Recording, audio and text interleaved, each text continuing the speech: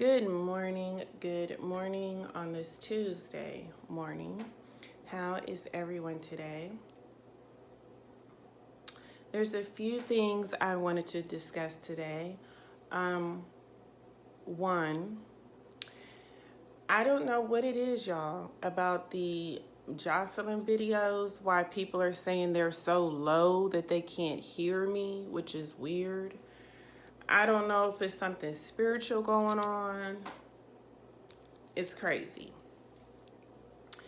What I do suggest is if you cannot hear any of my videos, all right, please feel free to wear headphones or earbuds or AirPods, whatever, so that you can hear. Now, I am going to try to purchase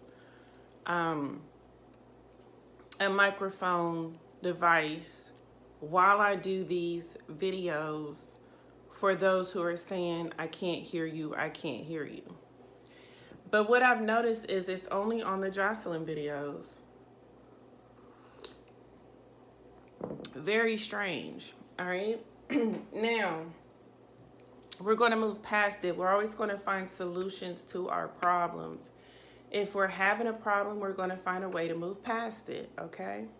And I feel that is the solution until I actually get the microphone device that will amplify the sound, okay? As you know, these things do cost money. Equipment costs money, okay? I am just starting to build this channel once again. Donations are great. It helps me to get the things that I need to get the information out there about these cases and these missing children, okay? So, if you feel it on your heart, which is great, you know, to donate to help me with this channel, to help this channel grow, then that's a good thing. If not, then I have to take time out, okay, to actually get these devices and equipment. But everything's appreciated. All the subscriptions, all the likes, all the shares. I see it. I love you guys for that.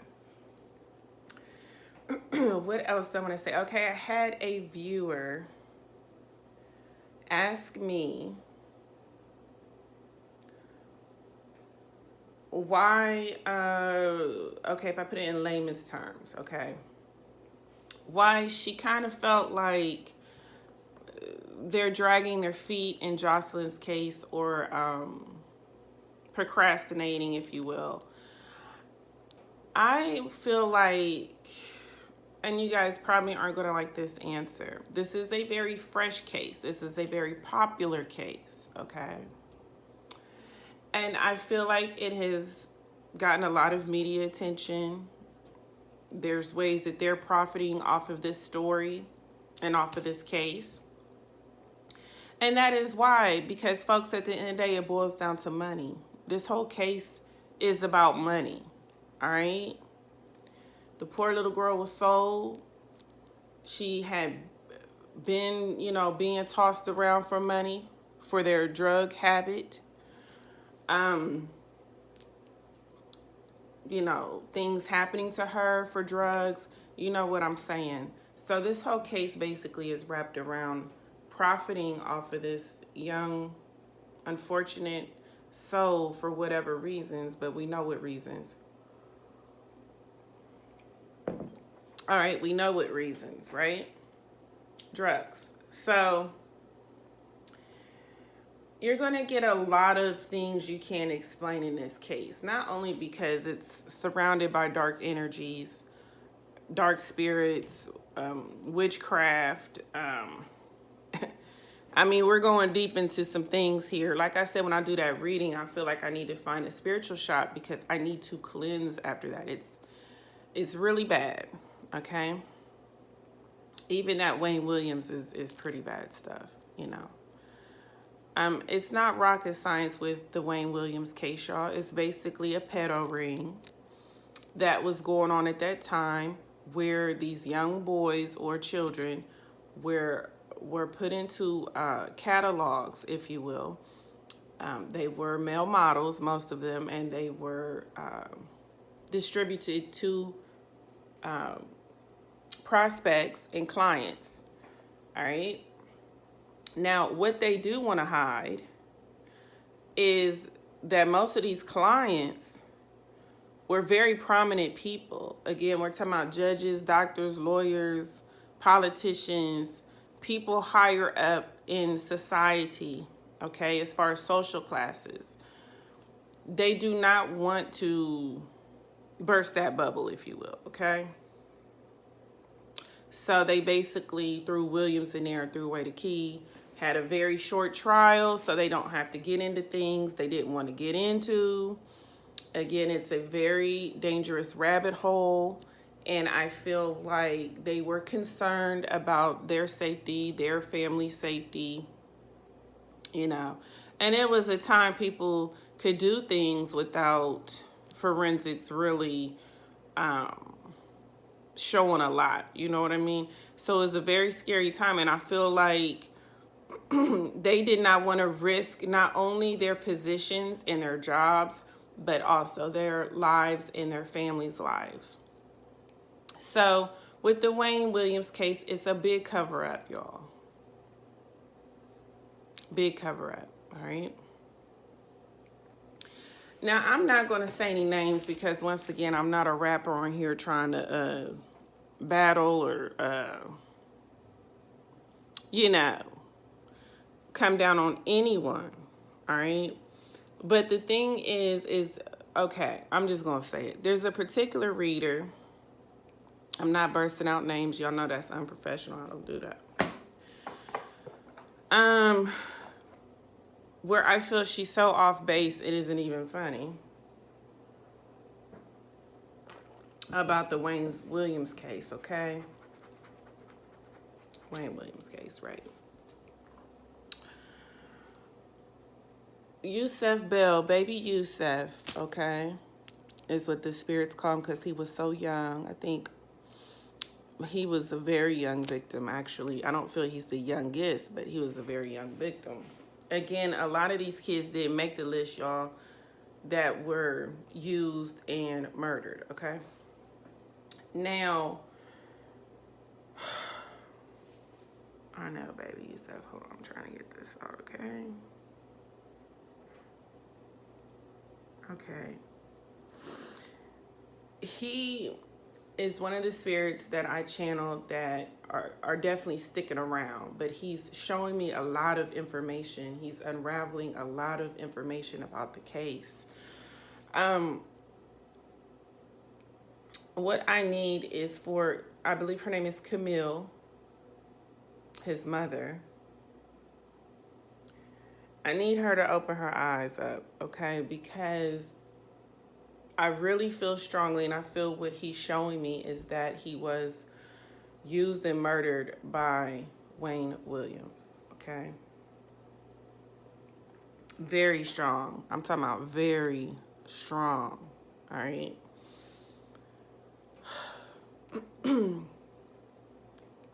It's hard to believe. It's hard to believe. But I need her to look at the picture here, right? Okay. Yusef Bell goes so deep that I feel like someone or somehow Wayne Williams found out about this little boy because he was very gifted. He was doing great academically. He was a poor black little boy, child. But even with that circumstance, he was doing very well, okay, in school. And I feel that his future was very bright. Now, I feel like this triggered Wayne Williams because I'm telling you, this murder was personal, y'all. This was personal. That in some kind of way, it triggered Wayne Williams and made him remember his childhood, where he was doing very well academically and he was popular and he was in, these little papers and things, and word of mouth, he was getting out about how brilliant he was, right?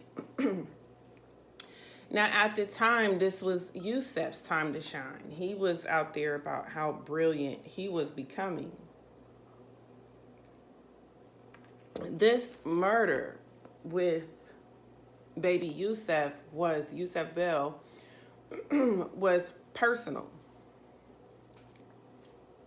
All right, this was something personal for Williams.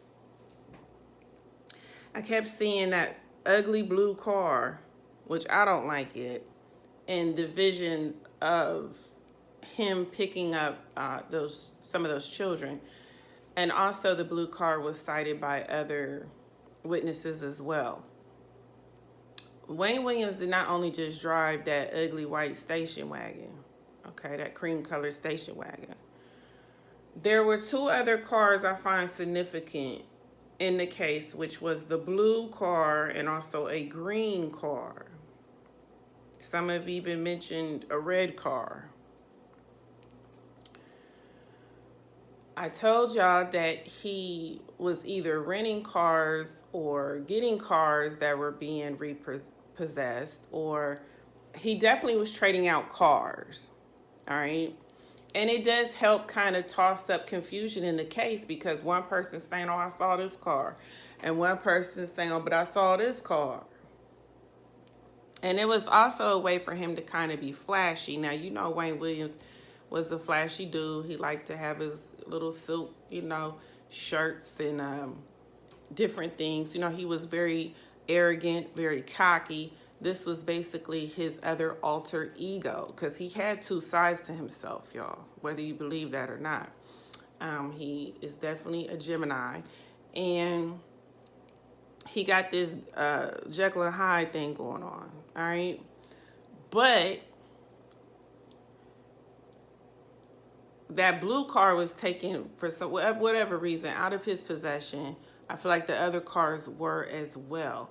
Either they were rentals or these are cars that he was just using from time to time, and he traded them out, whatever, all right? But this is why. You're going to hear this car, that car. No, it was another car. And again, he wasn't the only person operating in this ring. And also some of those children knew the other children. See, I'm going to go into what Chet, and I hope I'm saying his last name correctly, Dellinger was saying. This is a domino effect, all right? So some of the older children were recruiting some of the younger children. Oh, yeah, Wayne had people working for him. I hope y'all know that. So this is not a case where this man did all this alone. It's impossible, all right? Maybe a couple, you know, he did what he did, but this is a bigger picture, y'all. It's nothing but a pedo ring. And that's what Chet Dellinger was saying. All right? That's all it is.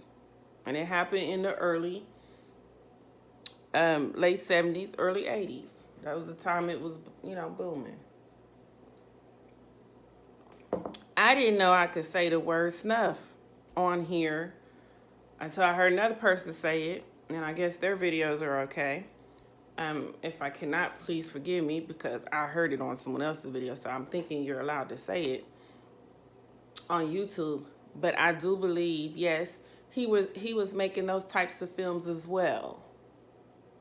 Not only porn films of the kids, but also snuff films of the children. There is no way in the world that I feel like Wayne Williams was killing these kids and not getting something out of it. There's no way. This is not who we're talking about. Anything around Wayne Williams was going to be put to some kind of use for profit. This is a very greedy person. All right? And his family comes from a long line of like I told y'all, con artists that like money. Okay?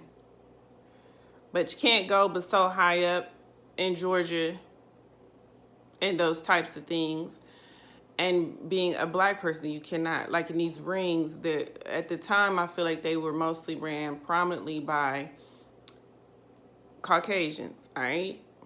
Mostly people maybe from Russia, mostly people probably from, I got one was from Sweden. One of the clients was from Sweden.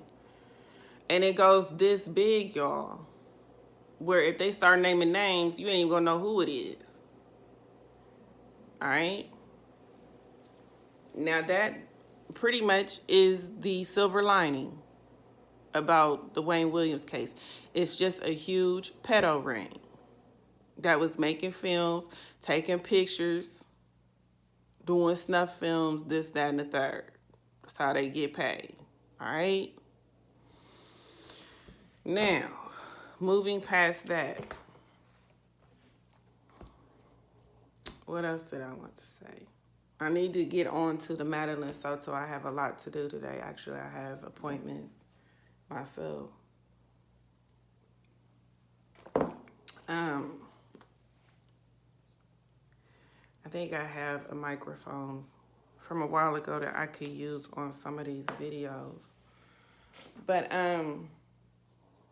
that's summing up that. You know, if I get any further information.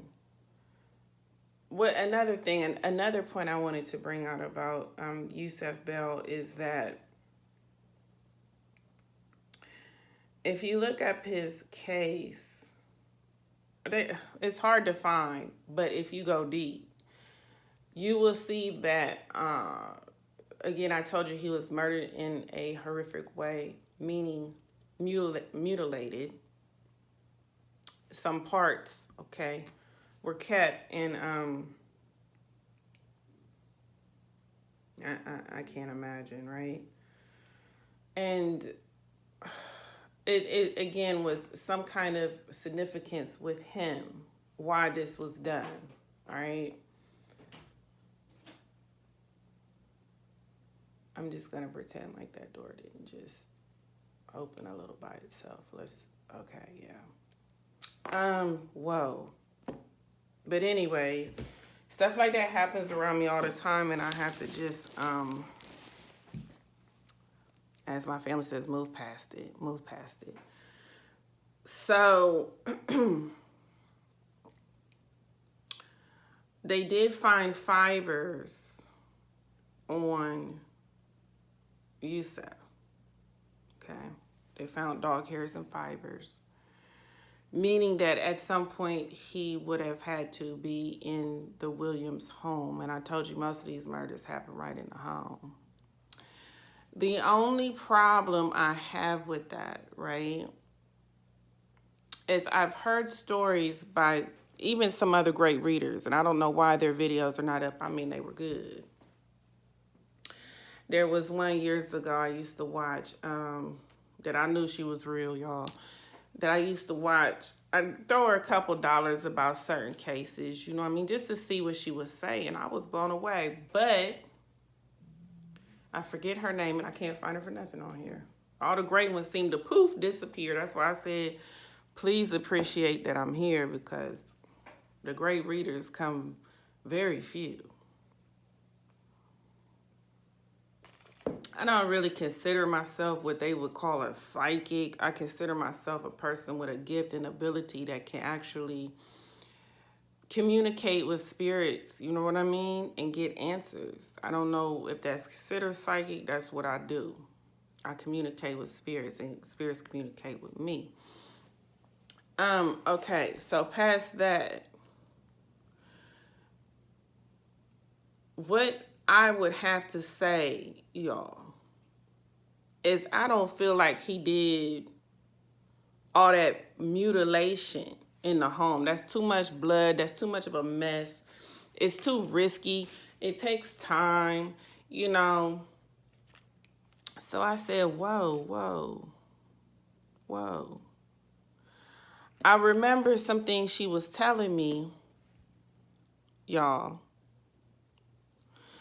about the possibility of him playing with bodies while they were already dead. You know what I'm saying? And I agree. Because there's no way I feel he did the mutilation part in that home. That's just ridiculous. I believe that was done in that abandoned school where he buried him in under that flooring or whatever. I believe all that was done there because you can't have interruptions doing stuff like that, y'all. All right. And I think if his mom probably would have saw that, she probably would have just dropped dead on the scene of that because that's a little much. So remember when I told y'all that he pulled up to Yusef and offered him, the baby told me he gave him $20 and asked him did he want to do, you know, those odd jobs that I was telling you about that he asked some of the kids or some of the grown-ups too. And I believe that's where it started. Like maybe he took him to his house and said, okay, I want you to fix this, or I want you to paint this, or I want you to, whatever the odd job was, but later to find out it was a trick, okay? His form of manipulation. So then after, you know, he did what he did, then he transported Yusef to that school.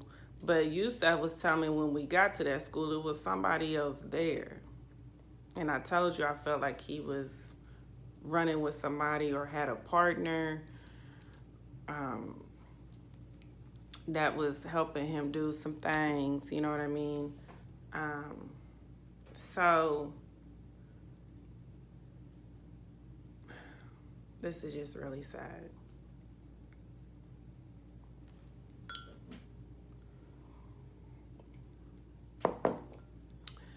Spirits communicate in different ways when they explain things. Like Yusef could have even seen that other person even though he was already passed on. You know what I mean? They can still see and sense and feel.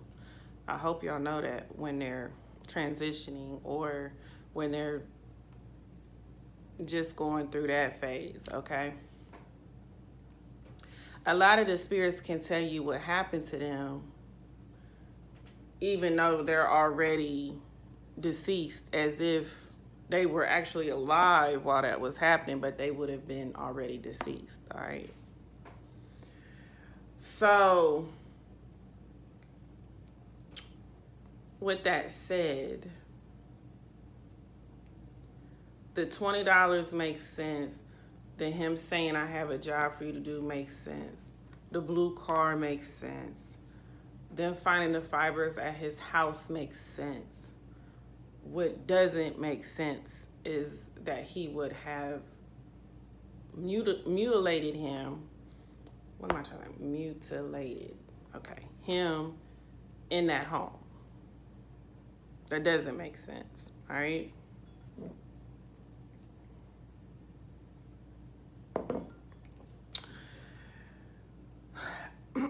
Also, I told you it was a personal killing, all right? And there's a significance of why he took him to a school building. Follow it. Think about it. All right?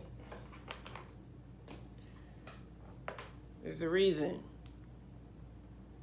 All of these killings have reasons. You just have to actually take the time to look. And a lot of these children, no one cared about, not even Wayne Williams, because he had told someone, why do you care about these kids? Most of them were prostituting themselves. This is the same way those cops and people looking into these murders felt. Not all of them, but most of them. And I get even some black cops felt that way. All right. because they really wanted to brush these murders off as, oh, these are drug related. A 9-year-old. Yes, there are people who, or kids in these types of neighborhoods who grow up in poverty like this are used to run drugs. This is true, okay? But to say that was every kid is just ridiculous. You have to actually look into these murders without just saying they're all in one box. It doesn't make sense, all right? Yes, some of these kids were doing things like that. Yes, they were. Yes, they were. I'm not going to mention names for the sakes of the families, but you know what you know about your child, all right? It's unfortunate, but it happens. And I told you there was a big pedo ring going on at that time in Atlanta as well. So, that's what we're dealing with. This lets me know that Wayne Williams is guilty in some type of way, the way that he even talks about these murdered children,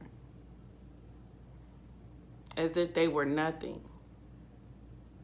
But you would be surprised, and maybe you wouldn't be surprised, how many people feel this way.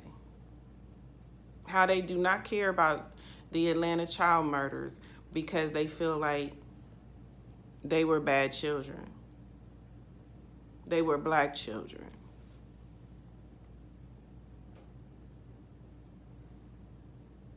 And that's sad.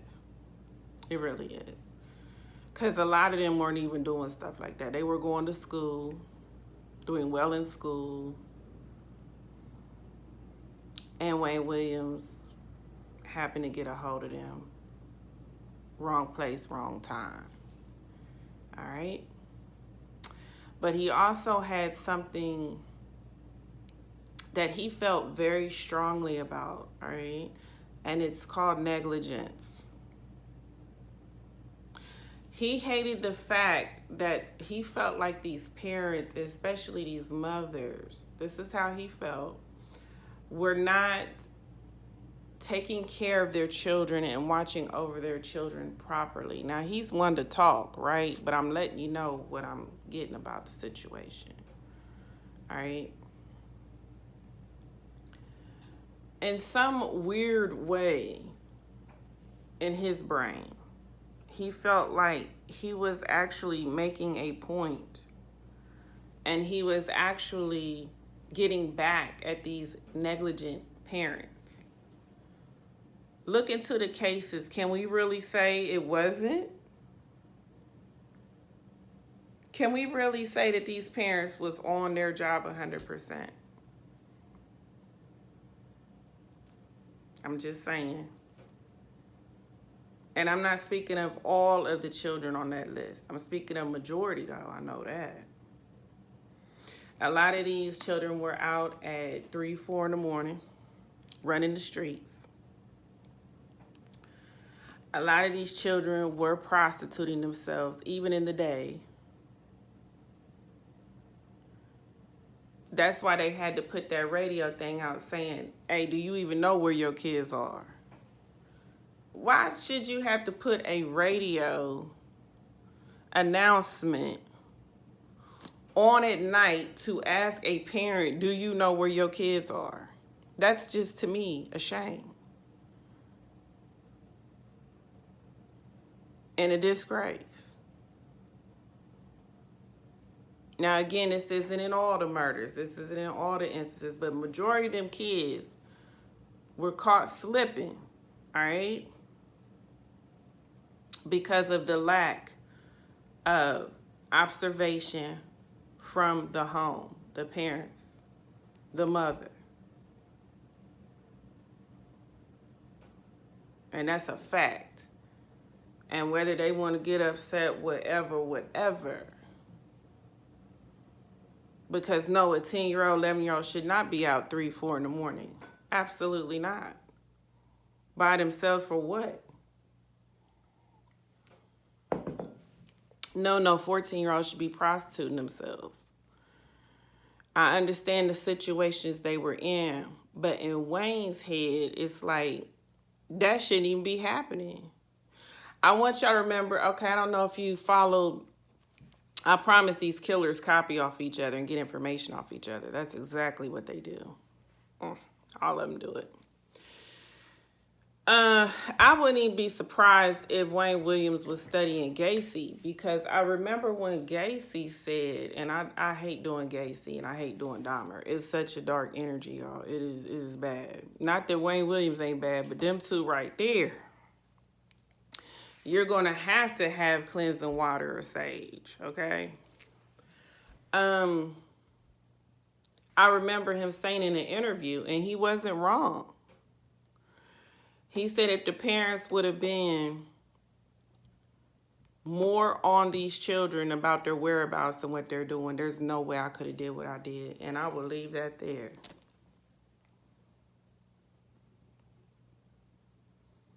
That he was saying there's no way what happened could have happened. That's a fact. Whether it's coming from a crazy person or not. You can't argue the facts, y'all. Even sometimes these killers say stuff that makes sense. And Wayne Williams was basically saying, I couldn't have got a hold of a lot of these kids.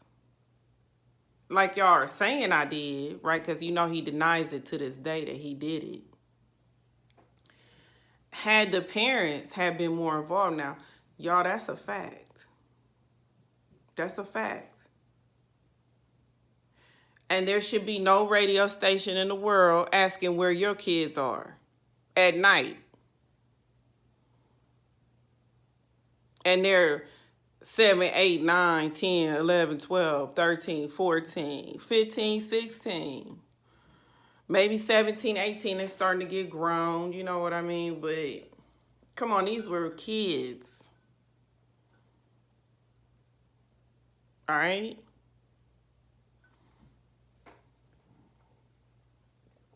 So let's not underestimate the facts. With that said, I need to start my day, speaking of that, and then I need to get on Madeline Soto, because, she's coming through strong. All these spirits want to keep talking, and I get it. They want their stories out. They want more information out there. I get it. I get it. I get it. If you have any more questions about Jocelyn, let me know. I told y'all why they playing games. Y'all really think these big places really care about these kids like that? It's about money, folks. At the end of the day, why do you think the Atlanta child murders was drug out so long? It's great media attention. It makes money. This is the world we're living in. All right? And with that, we're going to get a positive card. That's why so many people, when they're old, say, I want to leave, I want to go. It's my time, I don't want to be here anymore. Because this world, y'all, is hard. When you really figure out what's going on out here, and your wisdom level goes up, the more you want out. I'm serious. This world is very corrupt and evil. But we try to find the light. We try to find the positivity in it. Yes, we do. And we realize that life is also a gift. But at the same time, there's times during the day you're not telling yourself that. You're not. When I look into these cases, I get very depressed. I'm like, this is the world we're living in? It's terrible. All right. But positive card. Here we go. Hold lightly. Isn't that something? Hold lightly. I take the things and people that come into my life lightly. Not holding on too tight, so that when it comes time for them to go, they may go smoothly. This does not mean I love any less, but that I am open to the changes of life. Okay. This is hard, y'all, because for people that have lost anyone that you love dearly, that's hard. That's a hard one to practice, okay? But we try each day to do that, okay?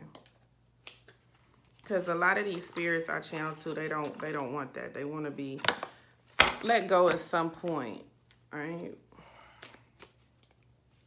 Because you holding on to that, to them like that, actually prolongs and makes their transitioning a lot harder. It does. All right, union. The union of divine soul counterparts is a miraculous event that begins when you least expect it. Okay, again, we need more union. We need people more involved in these children's lives. Quit kicking them out 3, 4 in the morning. And I think this particular person knows who I'm talking about. And then wondering where they're at the next day when the sun comes up. Okay, Spirit, you want to talk? All right. We have channeled something. We have channeled something. Patrick Baltazar, we have channeled something. It's okay, baby. I know you're angry about that. All right. We can't, time is ticking on the clock. We can't go into that right now, sweetheart. I understand, though, I do. Cosmic Insight Oracle. Let's see what we got with this today. What's the card for today?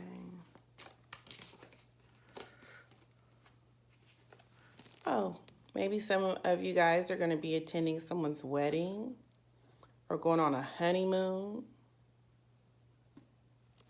All right. Exciting, exciting. All right, you guys, I got to start what I'm trying to do today, which is a lot. Again, I thank y'all for coming by, watching. Please like, share, subscribe. Also, donation links are up. Love you guys. Stay tuned for our updates and future videos. Thank you for all the support. And remember, have a wonderful day.